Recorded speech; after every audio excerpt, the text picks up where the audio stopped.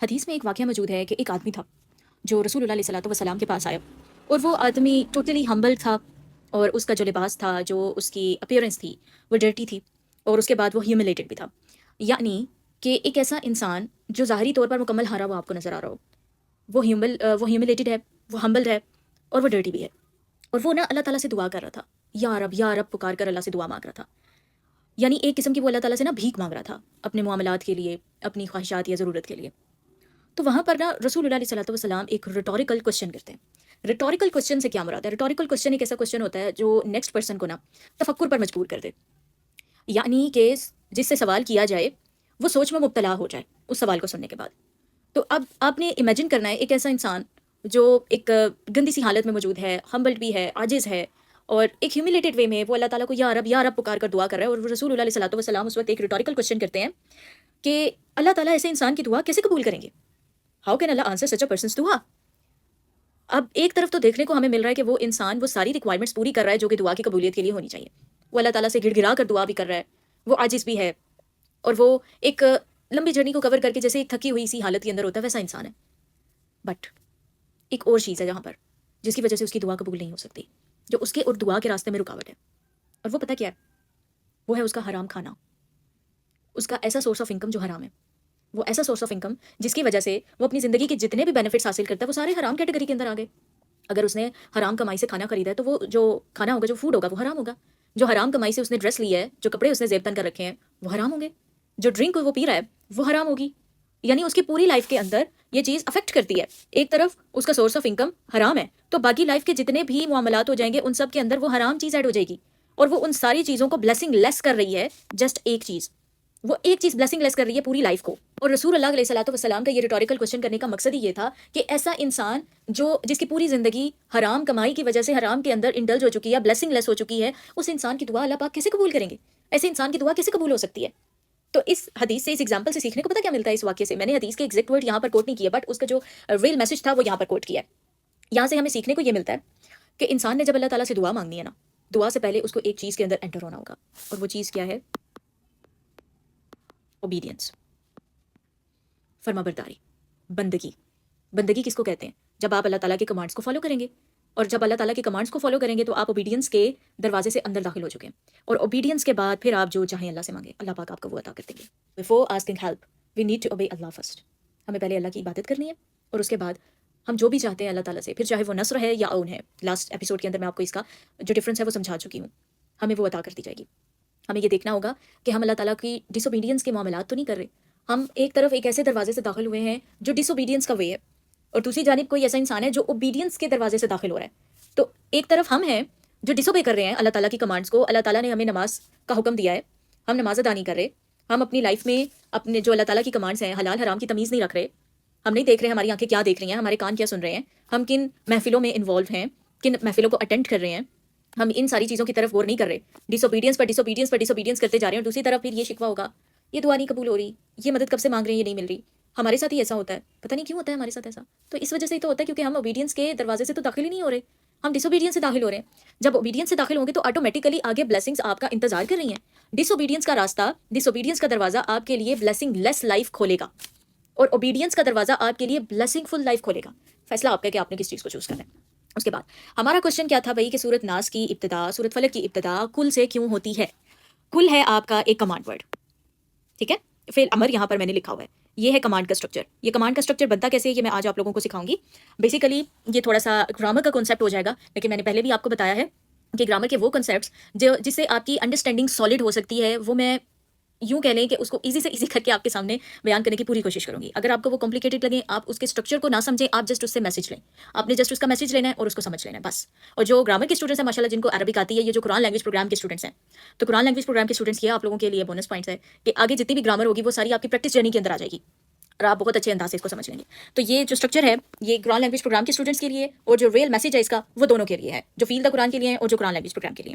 اب کمانڈ کے اسٹرکچر پر آ جائیں. ہمارے پاس ان عربک ایک ورب ہے قولا، یقولو. قولا از دا پاسٹ ٹینس یعنی کہ فعل ماضی، اور یقولو ہے آپ کا پریزنٹ ٹینس، فعل مضارع. اب ہمارا جو امر کا اسٹرکچر ہے نا وہ بنتا کیسے ہے؟ اس کے لیے نا ہم نے اس اسٹرکچر کو پک کرنا ہے.